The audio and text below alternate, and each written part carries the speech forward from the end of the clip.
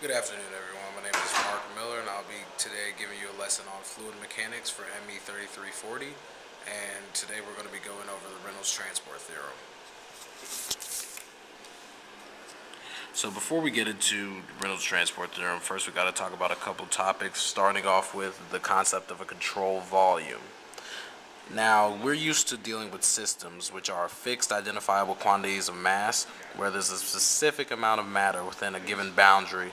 And as you can see from the diagram here, we know the exact amount of mass within this within the boundary, and we base all of our calculations off of this mass. Now, the control volume is used for fluids because it's an identifiable volume in space through which fluids may flow through this volume. Now, the matter is not going to be the same within this volume. However, the volume will remain constant throughout time. And so this is the main thing, this is the main tool that we're going to be using for our calculations as far as derivatives and stuff like that. So regarding rates of change of properties within this control volume, we need to utilize something called the substantial derivative. Now, derivatives that we're used to are usually with respect to time. And this is mainly for systems where the properties only change with respect to time, but for the substantial derivative, we also need to consider the change of the property with respect to the space in which the fluid flows. So we define the substantial derivative as the summation between the local derivative, which is the derivative with respect to time, with the different velocities in the different directions, as well as the derivative of each property with respect to each direction. So we have here for the definition of the substantial derivative, we have d dt, which is using capital letters, is equal to the partial derivative of the property with respect to time, known as the local derivative, plus u d of the property dx, plus v d of the property dy, plus w d of the property dz. And this is going to be known as the convective derivative, also known as the derivative with respect to the space in which fluid flows through the control volume. Now, u, v, and w specifically are the velocities in each direction. So u is known as dx dt, v is dy dt, and w is dz dt.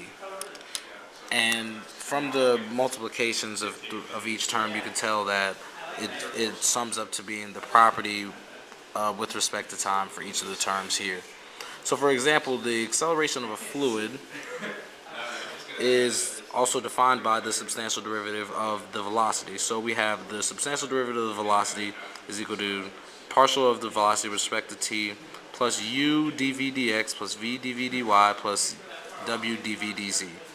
And this is known as the acceleration for the fluid through a control volume. So now that we know these two concepts, we're able to get into Reynolds Transport Theorem, really. So we define n as an extensive property, which is the property that we want to know with respect to time, and eta is going to be known as the intensive property, which is the extensive property normalized by mass.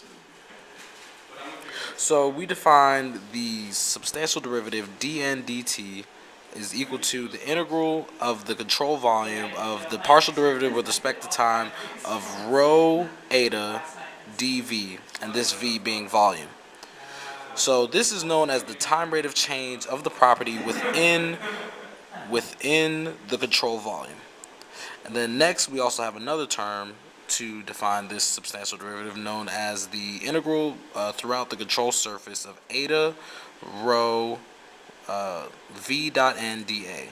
Now eta is going to be your intensive property, rho is the density of the fluid, v is the velocity dot n. V dot n is going to be the velocity dotted with the normal vector of the control surface area.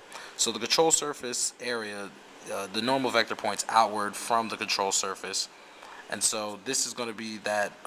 This is going to be these two vectors dotted together, dA. And so this is the definition of Reynolds Transport Theorem, which is what we use to solve a lot of problems within fluid mechanics. And as you see here, we have a diagram of the control surface here. Just to make things a little bit clearer, we have this control surface here, and this this flow here, as you can see, it flows in and it flows out, and we have this normal vector here that points outward from the 2 points of the control surface. So this second term here is known as the efflux of the property through the control surface. So now that we have these two terms, we're able to derive several equations using this formula. First, we have the steady flow, where the partial derivative with respect to time is equal to 0 for steady flow. So this really simplifies the Reynolds Transport Theorem, making the substantial derivative of the property with respect to time equal to just the efflux of the property through this control surface. So you only have one integral here that you have to deal with. Next, we have the conservation of mass, where we have dm dt equals to 0. Now, this is just basic conservation of mass that we know and love from throughout engineering, and we're going to apply Reynolds Transport Theorem with this. So we're going to make n equal to m, which is the extensive property. We're going to make that m, and the intensive property is going to be equal to 1 because mass normalized by mass is 1. So the substantial derivative is going to be the integral of the control volume of the partial derivative with respect to time, rho dv, plus the integral of the control surface, rho v dot n dA. And this is going to equal 0. And this is also known as the continuity equation, used to really help solve some equations throughout fluid mechanics. Finally, we have the momentum equation, which is really important for solving forces in which fluids act upon different bodies. So we have dp dt equal to the sum of the forces, and this is also known as Newton's second law. So the extensive property in this case is going to be, we're going to set n equal to p, which is the momentum. Therefore, the intensive property is going to be known as v, which is the velocity, because the momentum normalized by mass is velocity. So dp dt, which is the substantial derivative of momentum, is going to equal the sum of the forces. And the sum of the forces is going to be equal to Reynolds Transport Theorem, the integral of the control volume of the partial derivative with respect to time of the velocity, rho dv, plus the integral throughout the control surface of the velocity, rho, velocity dot the normal vector, dA. This is a really important equation that we use in order to solve for the sum of forces for a certain body. So finally, we're going to wrap things up with an example here. So I'm going to be doing example 5.74 from the book. And so it says, here we go. So it says, given the thrust developed to propel the jet ski shown is the result of water pumped through the vehicle and exiting as a high-speed water jet. For the conditions shown in the figure, what flow rate is needed to produce a 300-pound thrust? Assume that the inlet and the outlet jets are free jets. So we have this diagram here where we have this guy here. He is driving this speedboat here, and we have a velocity of water entering the boat through a 25 square inch inlet at a 30-degree angle and exiting from a 3.5 inch diameter outlet here. And so we really want to calculate how much flow rate is necessary in order to create a 300-pound thrust. And so, as you can tell, since we're dealing with forces here, we're going to have to use the momentum equation. And so, first part of the solution is drawing your control volume, and this is really important for solving any problem dealing with control volumes. So first we define our control volume to be this boat here. Sort of drew this box here with this inlet here, and we have the water entering through the control volume at a 30-degree angle. This is going to be known as V1, and then out of it we're going to have a velocity going in the x direction, V2. Now I've also drawn the normal vectors for each of the control surfaces here and here. Now the normal vector is for V2 is parallel in the same direction as V2. Now the normal vector for V1 is opposite of V1, And so this is going to really determine our v dot n term that we're going to be calculating a little bit later. And then also I put on the Rx equals 300-pound force here, because this is the thrust force that we want to, this is the thrust force that we have to solve for. And so now we get into Reynolds Transport Theorem as far as solving for what flow rate needs to be in place in order to solve this equation. So we're going to start off with the momentum equation in the x direction, because the x direction is really all that we want, because Rx, which is the thrust, is on the x direction. So we're just going to focus on the x direction of the momentum, where we have the substantial derivative of px dt is going to equal the sum of the forces in the x direction, and this is going to equal the integral of the control volume of the partial derivative of, with respect to t, of the velocity rho dv. However, this is going to be 0 because this is a steady flow. And then we have plus our efflux term, which is going to be the integral of the control surface velocity in the x direction rho v dot n dA. And so for this control surface integral, we're going to use the inlet and the outlet. Now this is going to be the sum of the inlet and the outlet terms. So we're going to have two terms from this integral here. So we have Rx, which is the only force in the x direction, is going to equal V1 cosine theta, which is 30 degrees. So V1 cosine 30, which is going to be our velocity in the x direction, rho negative v1, because v dot n is going to be negative because they're in the opposite directions, a1. So this is going to be our inlet term, and then the second is going to have our outlet term, where we have v2, which is going to be our velocity in the x direction, which again, velocity is only in the x direction of the outlet, v2 rho v2, which is going to, v2 is also going to be known as the v dot n term since they're in the same direction, a2. So this is the equation that we're going to use to solve for the flow rate. Now, we also have the continuity equation, or the conservation of mass, where we have rho v1 is equal to rho v2, well, of the velocity. So this is going to be rho a1 v1 equals rho a2 v2.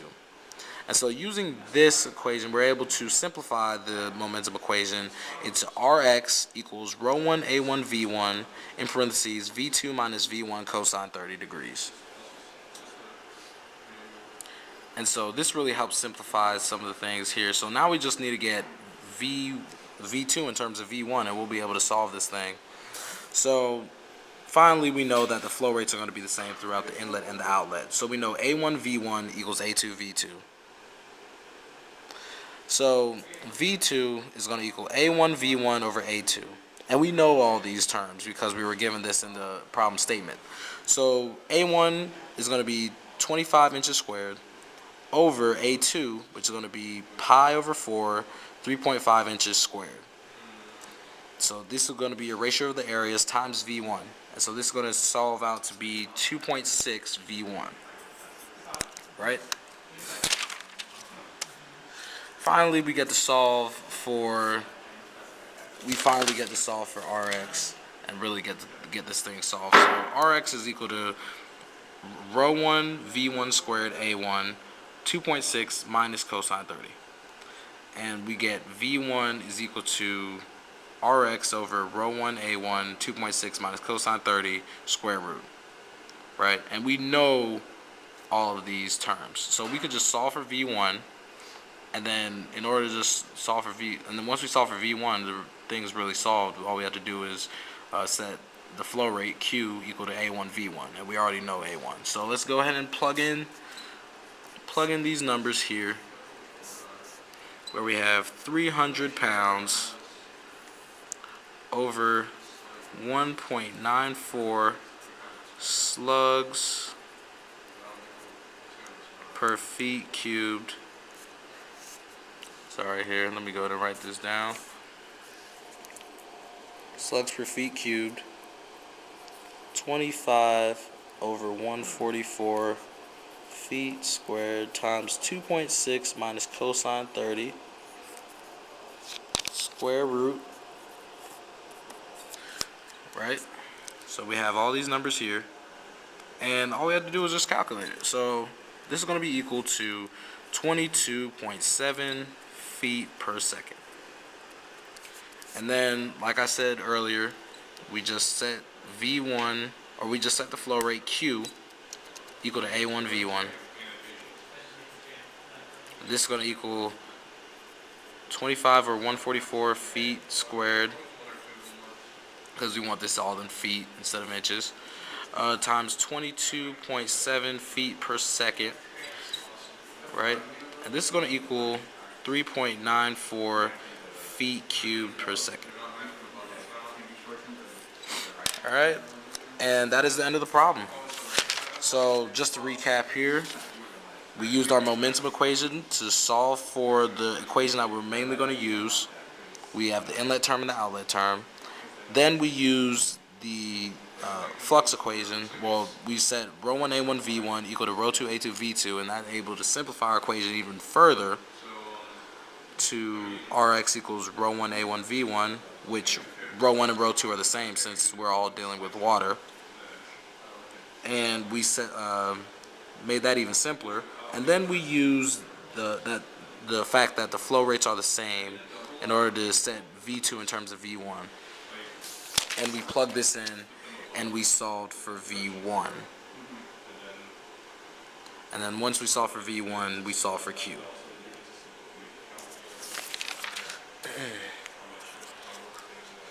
So I hope this has been a real instructional video for you. And that's everything that you need to know specifically for Reynolds Transport Theorem in fluid mechanics. Thank you.